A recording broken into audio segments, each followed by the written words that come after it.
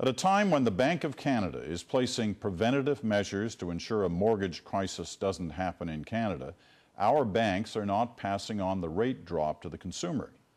What would you do about this if you were elected? The central banks dropped a half point, and the commercial banks say they'll only be passing on a quarter of a point. There are many things we should do, but not interfering in the Bank of Canada decision. But certainly, it's not the Bank of Canada decision is one thing. Yeah. It's the commercial banks. I understand. Well, this is why we need to consult the regulatory agencies to see if there's something that is justifying such a reaction, and something that the government may correct without interfering in the works in the world of the banks in the inappropriate way.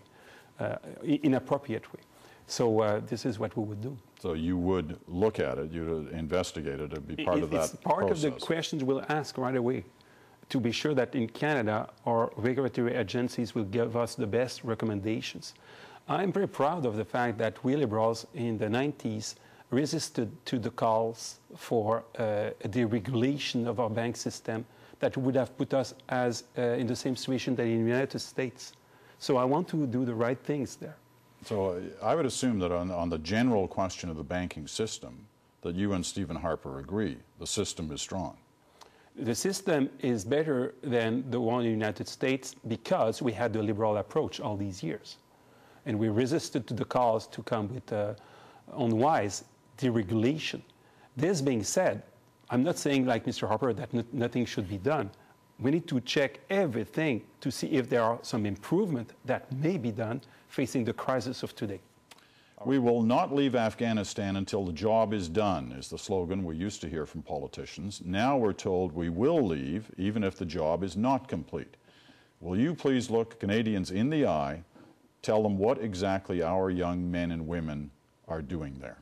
Yes, Mr. Kassim, you're speaking about Stephen Harper. Stephen Harper indeed said one thing and it's contrary. He said we will stay until the job is done. What that means, we are not facing an army with uniforms and a white flag ready to surrender to negotiate. It's terrorism we are facing. It will take very long before we have full peace and security there. So we were willing to stay until 2007. Mr. Harper decided to have 2 years more until 2009 without negotiating anything with our allies and the government of Canada, of Kabul. But you didn't stand in his way when he just extended it to 2011. I'm explaining what happened. Because this is a story that Canadians need to know. In 2008, with the Manley Report, all of a sudden, Stephen Harper stopped to say, we have all what we need, we're able to stay until the job is done. He said, we cannot stay, we don't have enough. We don't have enough soldiers, we don't have enough weapons. If we don't receive this help, we'll leave. What? He decided to put us 2 years more without negotiating anything.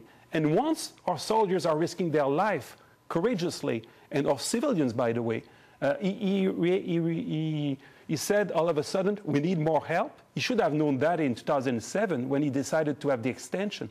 So Mr. Ignatieff and I, this year, we went in Afghanistan, and what we discovered is that our allies and the government of Afghanistan took for granted that we would stay forever, as long as the job is not done. After all, it's what Mr. Harper told them.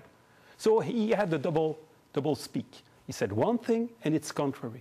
And we realized that for us to leave in 2009, when nothing was ready for us to leave, we did not have been responsible, because we have lives in Afghanistan under our protection. And if we have to leave, it should be with a notice made well before. So one of my first gestures as Prime Minister of this country will be to say very clearly that the end date of 2011 will be respected. I will not have this ambiguity that Stephen Harper had. Even now, when he's saying I will leave in 2011, why would we believe him when he say one thing and it's contrary to our allies for years and to Canadians?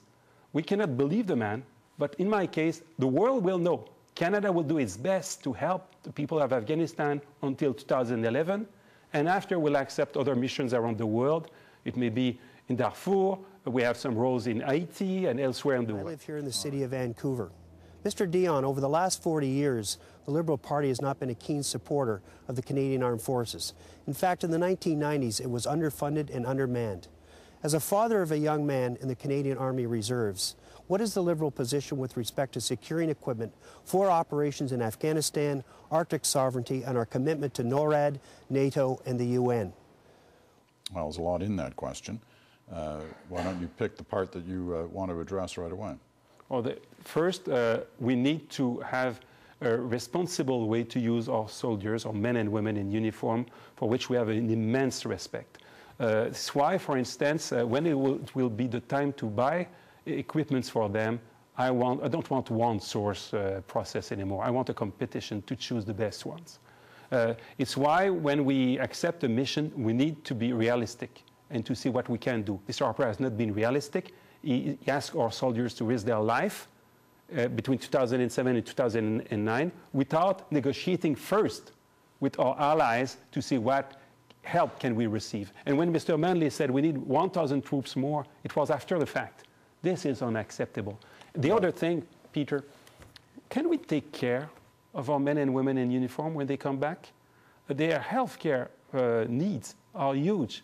We will invest in it. It is in this plan. We'll invest to have better healthcare system for our soldiers, our men and women in uniform, for their families and our veterans. All right. Well, I guess what's at the core of this person's question, though, is concern that past Liberal governments have cut when cuts were necessary or the decision was made on cuts, have gone after the Defense Department. And it is a huge consumer of public funds, especially right now with the war in Afghanistan and other commitments it has.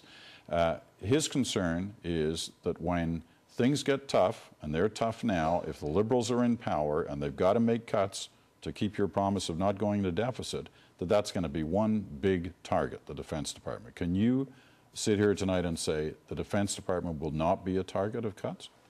What I will say is that we'll have strong fiscal discipline and we'll make sure that never will ask to military forces something that is not realistic, that will respect our ability to do their work, which is a very difficult one and a risky one in an optimal situation. But that's not the same as saying they won't face cuts. No, but what I'm saying is that we have been good to have strong fiscal discipline in this country and to invest where we were sure that we'll have optimal results into what we will do. We'll have a strong military forces and we'll be very careful about fiscal discipline, and we'll do that for all the federal budget, which is $200 billion. You need to be a good manager to make sure that Canadians will have for their taxpayers' money. But we have no plan to cut anything in this budget that is helpful for Canadians and for our military forces. Not at all. All right. In northern BC, we drive pickup trucks and SUVs, not because we enjoy polluting, but because if my son and I hit a moose on the highway or were struck by a logging truck, we are more likely to survive. Have you considered the impact of the carbon tax on those who reside in remote and especially, I guess, northern communities? Yes. First, we don't tax at the pump because we have already an excise tax, which is the equivalent of $42 a ton of CO2. So we'll replace this excise tax by a carbon tax, but it will not be more costly for the people at the end of the day. So we took that into account. Second, we have for people in rural areas a green tax credit of $150 per tax filer. So this will offset the cost. $150 or $250? $150 per tax filer. What does that mean per year? Per year. And if you have 2 or 3 tax filers, it's $300 or $450. This will offset any kind of cost they may have about that. And that's just for remote communities? For rural communities. Rural communities. So yes. that would include the north? In the north, thank you to mention it, there is a deduction for northern residents, will make it richer. And on top of then this green tax credit for rural Canadians, we'll have an additional deduction that will be up to $200 on top of that for the people living in the north. But above all, we'll have a plan to have more energy efficiency there and also to replace as much as possible the energy, the fossil fuel sources of energy by clean energy. I was in Nunavut, and they have plans to have hydropower there instead of the costly diesel. And hydropower, it will create jobs in Nunavut, So we'll work on that with the Premier and all our partners. All right.